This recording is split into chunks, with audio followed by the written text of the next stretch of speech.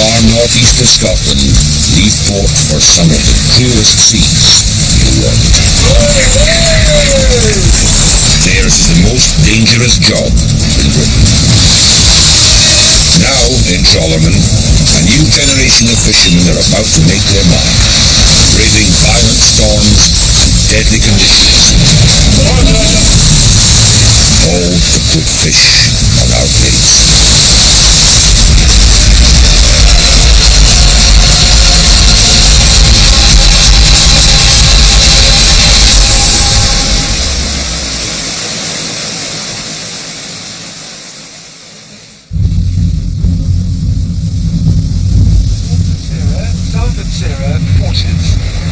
North 7 to severe gale 9. Alone and 80 miles from land, the smallest boat in Fraserburgh's prawn fleet has been trawling all night into a force 8 gale. Now the new dawn has suddenly lost power. She's in danger of tangling with her own nets. I've lost about 300 and 400 revs. 23-year-old Chas Bruce, the youngest skipper in the fleet, has risked northerly gales to be the only prawn boat fishing this far into the North Sea. It's a gamble that may have taken him out of his depth. Right now I haven't got a clue. We're giving her throttle and she's not pushing forward, so we'll have to heave up and see if we can maybe circle around and see if there's anything, see what the problem is. The new dawn is barely responding to the helm. Wind speeds are rising to 45 miles an hour. She's got 2 tons of nets dragging 450 feet down on the seabed. She's going to the port, right? She's at the mercy of the elements. To regain control, Chas and his young crew have to haul the gear back on board as fast as possible.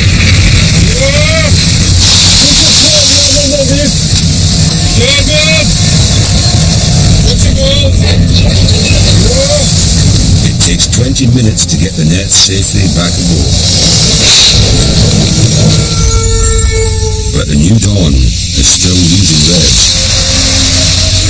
Is that not right, you like this?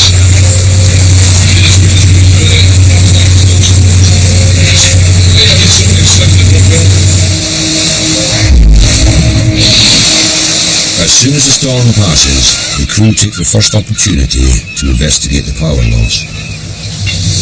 Okay. They use the film crew's underwater camera to check New Dawn's propeller.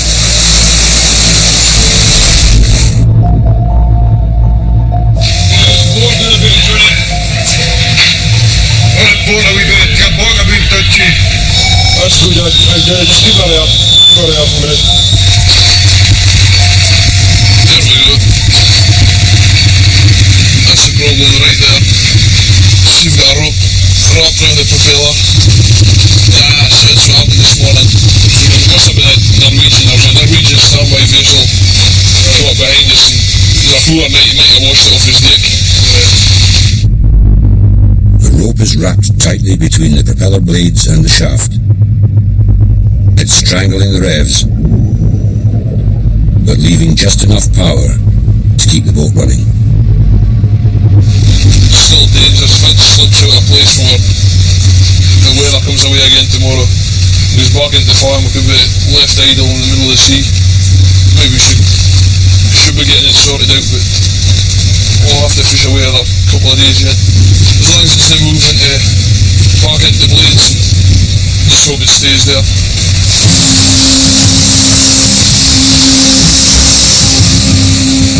Chas is trusting to luck that the propeller won't seize up completely and leave him stranded out in the North Sea. But after a fortnight's poor fishing, his luck is in short supply.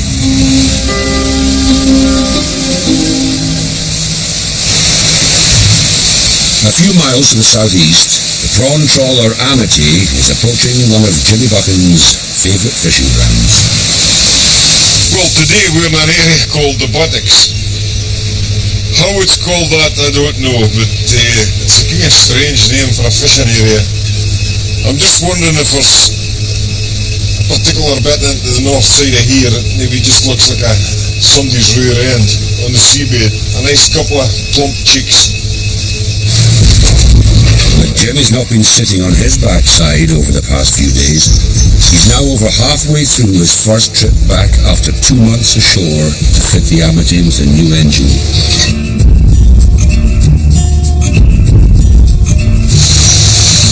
He's finding it a hard slog.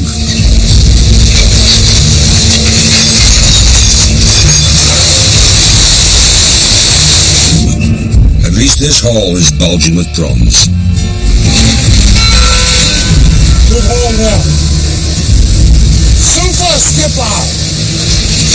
Bit damn blue spot, so keep a few holes you can't come out over. That's a pass.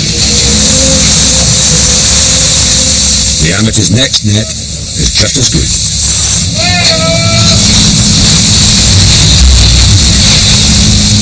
There are even a few large cod. That's a haul of your prawns for you. That'll keep the man smiling for a while.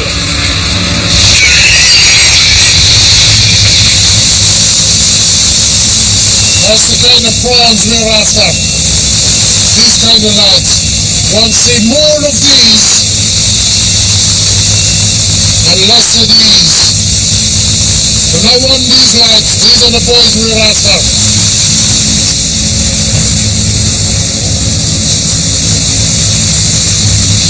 Tell me there's no cod in the North Sea. That fella wasn't born yesterday.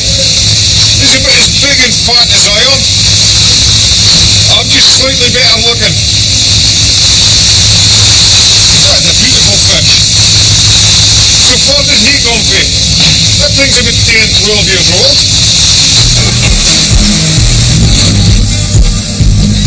The hauls mount up.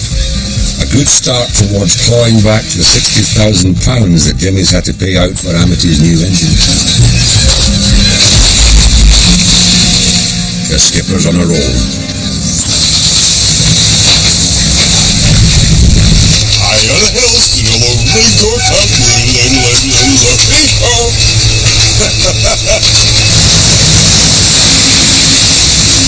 On the new dawn, the rope is still wrapped around the propeller, but they're fishing through the night. Chaz is gambling that the prawns haven't gone to bed. I hope it's not too much fish for it. I don't want to land so much fish that I want the prawns. Mind you, I would like to see anything just now.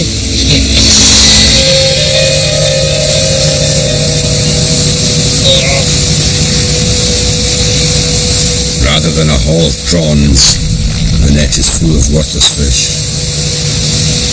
Some of them are a bit too small a fish. We'll just have to throw them back, I think. The next catch is no better. Rubbish. It's been a terrible week for the fleet's youngest skipper. It's not for the lagger trying anyway. He's run every risk to stay in the game. Gale force winds, crippled propeller, and poor fishing. But his determination to find the prawns is even stronger. Wasting about 20 miles.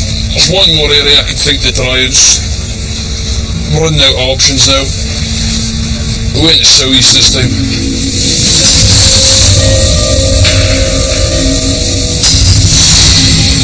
But with the rope still wrapped around the propeller and yet more bad weather forecast, Chaz's dogged pursuit of prawns can only last so long.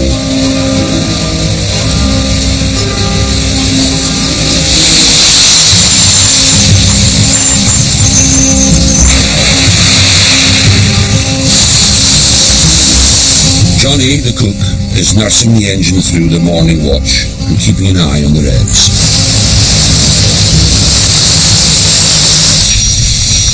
Jumping up again. Still swimming in the propeller like. I'll idle back for the revs, it's too hard. 2 minutes 15, 40. Nothing seems to faze Chaz. not even the latest weather forecast. I can't really see us biding out for this, like, poor forecast till Wednesday again. But skipper's decision, can't see it, like. Oh, it's nothing better in the world than getting a big haul and just coming forward and seeing the hopper getting filled. It's just gets your veins pumping. Oh, to be honest, nothing will stop him, like, he'll be alright, like. I think he's trying to keep up with other big boats, and that's what he tries to do, like. Knocks his sub out all over the place all the time, just like I knew. A big wave, a bit of rough and tumble never did anyone any harm, so we're all young lads and I'm sure they enjoy it as well.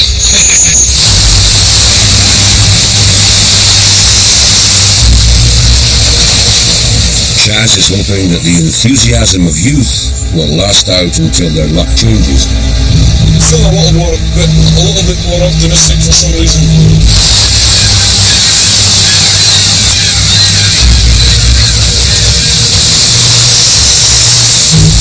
Will Chaz's optimism be enough to turn the New Dawn's fortunes around?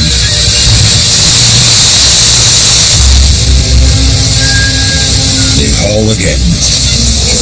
Cheers!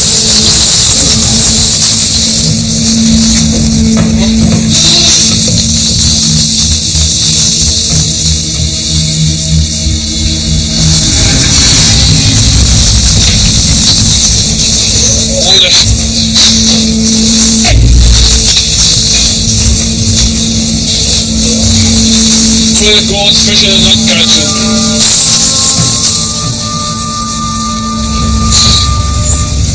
It's been a terrible week's fishing for Chaz and the boys on the New Dawn.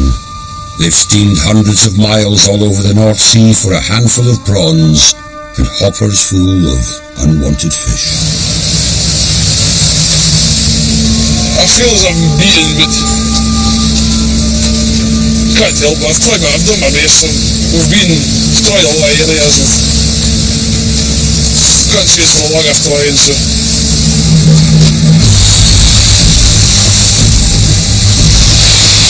For the Amity, Jim is having no problems finding prawns. He's got 30 years experience to give him an edge.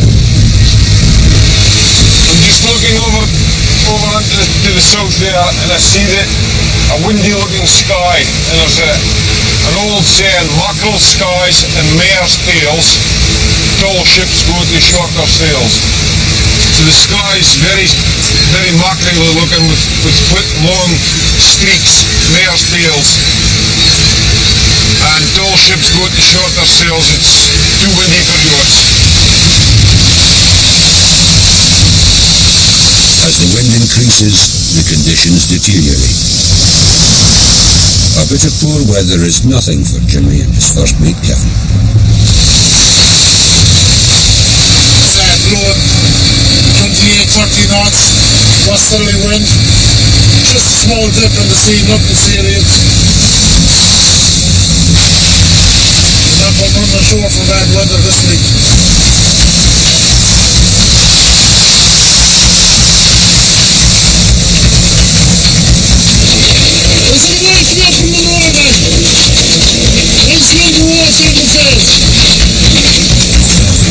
It's been steady progress for the Amity since she returned to sea with her new engine. The hauls aren't spectacular, but slowly the hold is filling with prawns. Put all the prawns there. A few more days toughing out the weather and the trip will be over. The new engine has been working perfectly. Until now. There's a fire in the engine room. Fire alarm's gone off. Fire down below, a mariner's worst nightmare.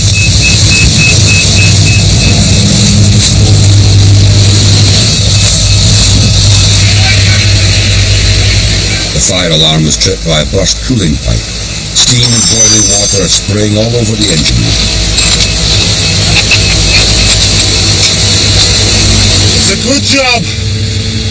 There's fire alarms and bilge alarms aboard boats nowadays. But when Jimmy shouted from the wheelhouse and I ran down to the engine room, there was a pipe busted.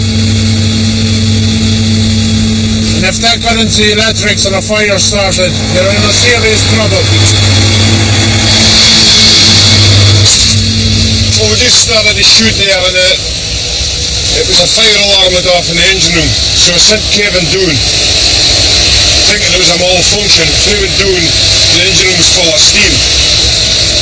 And it was sheared the bolts off of looks like we sheared the bolts off of fresh water cooling off the engine. Jimmy and his crew head off disaster through their precautions. It's just another day on Britain's most dangerous job. Chaz has not been so lucky. The New Dawn is limping back to port with a rope wrapped round her propeller and no prawns to pay her crew. Waste of time, hell day wasted for nothing. It's a bit of a disaster really. But never mind, we'll get out tomorrow. We'll get them next week. But on the upside, I've got something to cheer me up. I'm sure it will, for a while.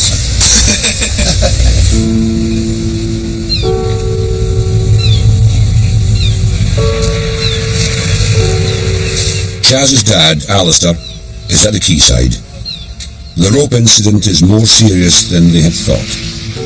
It's caused vibrations in the prop shaft, and the New Dawn has to come completely out of the water. There's nothing else to do but go in your slip and get it repaired. You think you've wasted time, but prevention's better than cure. You better get it sorted before you do more damage. So I'll get back out there and the prawns better watch themselves. Going for double pay for last week's fuel as well.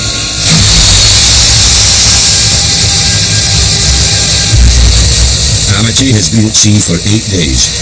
Put on the pump up there, lads! After a slow start, the boxes of prawns are mounting up.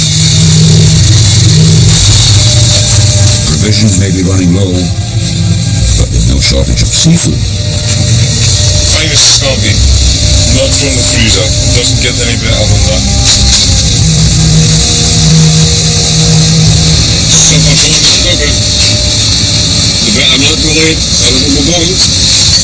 When me and Johnny starts meeting in the middle, I know it's nearly time to go home. Boxes on your refund. Well, boys, it does not come any better than that. Fresh out to sea. It's good, like, but you could have done with some salad around the place, like. Trying my best. Keep up happy.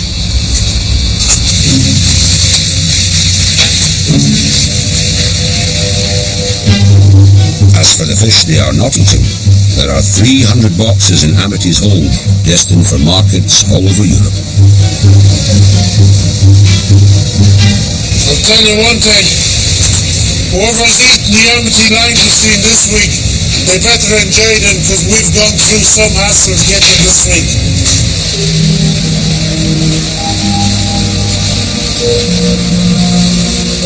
For her 9-day trip, Amity will make close to £25,000 at market. Over half of this goes on fuel, running costs and paying for the new engine. The rest is split between skipper and crew.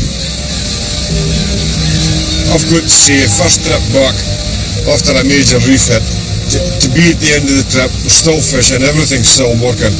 We've got a fair catch. And that's all you really want.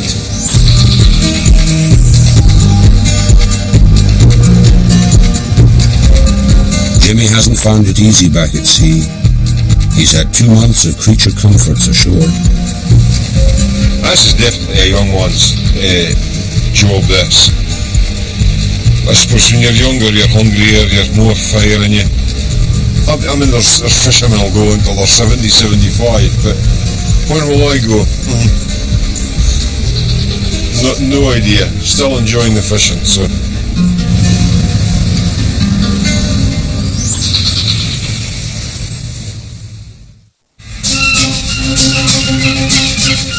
The New Dawn is also back in the hunt.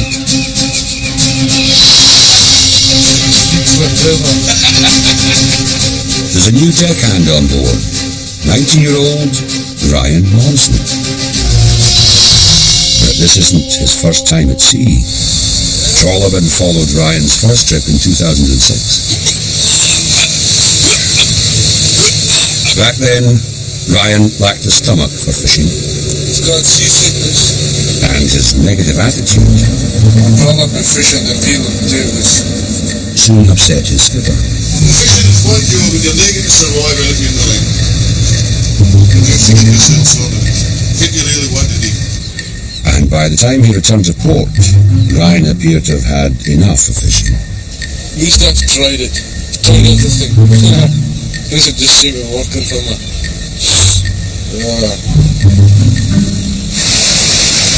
Chaz has given him a chance to redeem himself. And I didn't really enjoy it the first time, but then I went back and I've actually started to enjoy it. I think it's maybe just since a younger crew and a lot more atmosphere and everybody just has a laugh and there's no shouting and screaming. I've got into it, I actually quite like it. I still get seasickness, but it's just the idea. When we're going out the harbour, I feel a bit squeamish, so I just get out my bed and lie down, and I usually feel a lot better when I get up. The New Dawn's last trip was a washout. This time, Chaz has decided to play safe and follow the crowd in his hunt for the elusive prawns. A lot of boys here at the moment. Probably about 20 or so boys, so I hope we're not all wrong. It's usually a good sign. It's a first one for everyone, so there's little chance to build it on.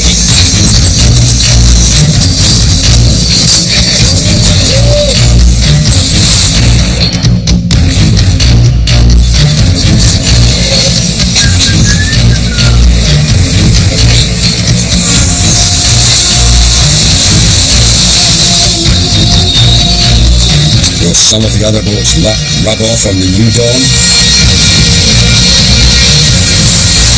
There's 20 stone of good prawns. Most prawns I've seen in 3 weeks. Amazed. We'll try and get the rest of them in. It'll take the crew the next 5 hours to sort the catch. Ryan rises to the challenge.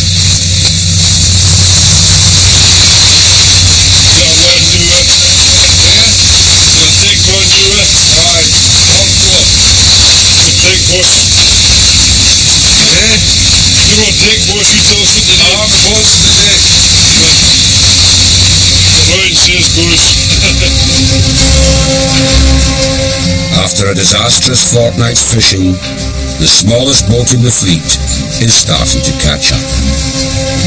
What her crew lack in experience, they make up for in hard craft. 150 miles to the northwest, there's a boat that dwarfs the New Dawn. She's fishing in the treacherous waters off the Shetland Islands. Genesis is a deep-sea trawler and fishes far out in the North Atlantic, where rich pickings come at the cost of freezing conditions and huge swells.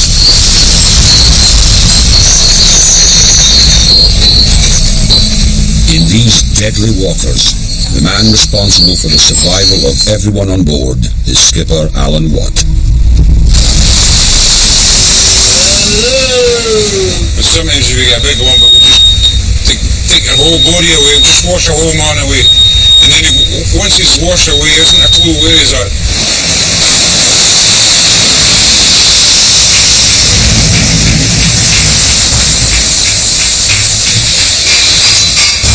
Genesis is 28 meters long and fishes with 2 massive nets. She can trawl at depths of up to 4,000 feet. Alan is one of Scotland's most successful skippers. He specialises in targeting monkfish. Highly lucrative, but notoriously elusive. The funny beasts, monks. they disappear, nobody knows where they go. When they appear, nobody knows where they come from. After 6 hours trawling into the Atlantic, the crew of the Genesis prepare for their first haul. Okie dokie, ladies, rise and shine. Okay, boys, we're all. It's a beautiful day.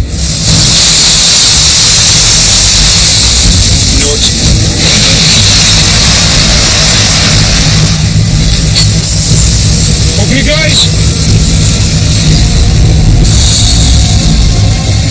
Alan's hoping for a ton of monkfish.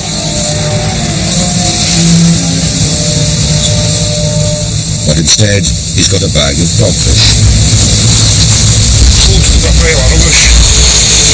There's a lot of dogs, and that's not good. These aren't marketable fish. They're totally worthless.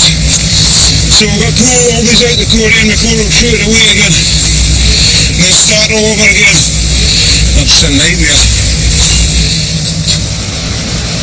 Back in the North Sea, just when New Dawn's luck seems to have turned, it deserts her once again. The boat is fishing with 2 nets in tandem, but they can't retrieve one of them. It's caught up on the seabed. We've picked up a big weight, time of hauling, and it looks like we're about to lose the net. Being stuck hard and fast leaves Chaz with a terrible dilemma. He must either cut away his £6,000 net or compromise the safety of his boat trying to rescue it.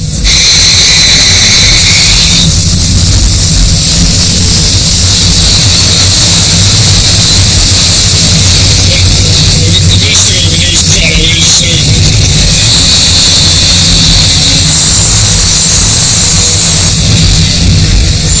Thousands of pounds that we'll be throwing into the sea.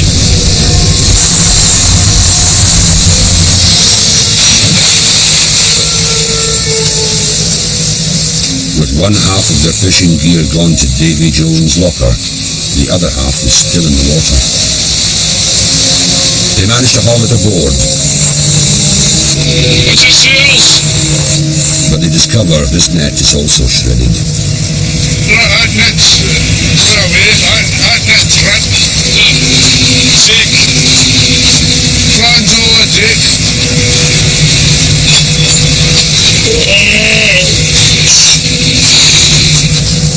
The crew rush to save hundreds of pounds worth of prawns from being scuppered. More prawns there than I thought. Not to happen to me. Another kick in the balls. It's 10 times easier to put it in the water. But I'm on that net already to shoot. With his best gear abandoned on the seabed, Chaz uses his spare net to get fishing again as fast as possible.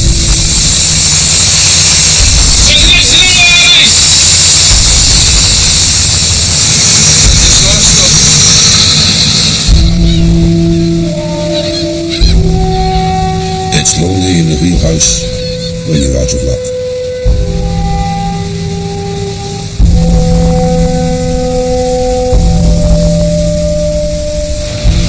But a good trawlerman never gives up.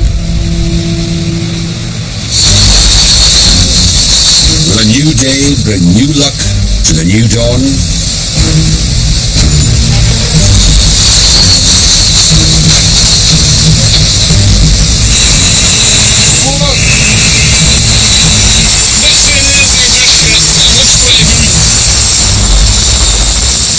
Both nets are stuffed with large prawns. Hallelujah. Feels better now. Beautiful. I think I'm in love with them. They're masterful.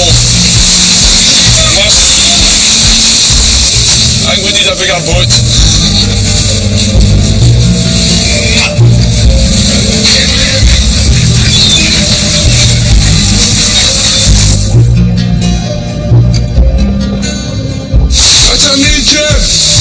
And to top it all, Brian has found his sea legs.